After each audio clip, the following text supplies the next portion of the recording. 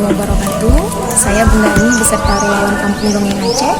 Hari ini tepatnya di hari Ahad ya, kami dari komunitas Kampung Dongeng Aceh memberikan bantuan sedikit donasi dari beberapa donatur teman-teman yang berada di luar untuk menyerahkan bantuan berupa sembako, kemudian ada alat tulis dan pakaian serta alat dapur kepada korban bencana kebakaran yang terjadi 3 hari yang lalu di desa Tampo, tepatnya di Simpang 3 Aceh Besar.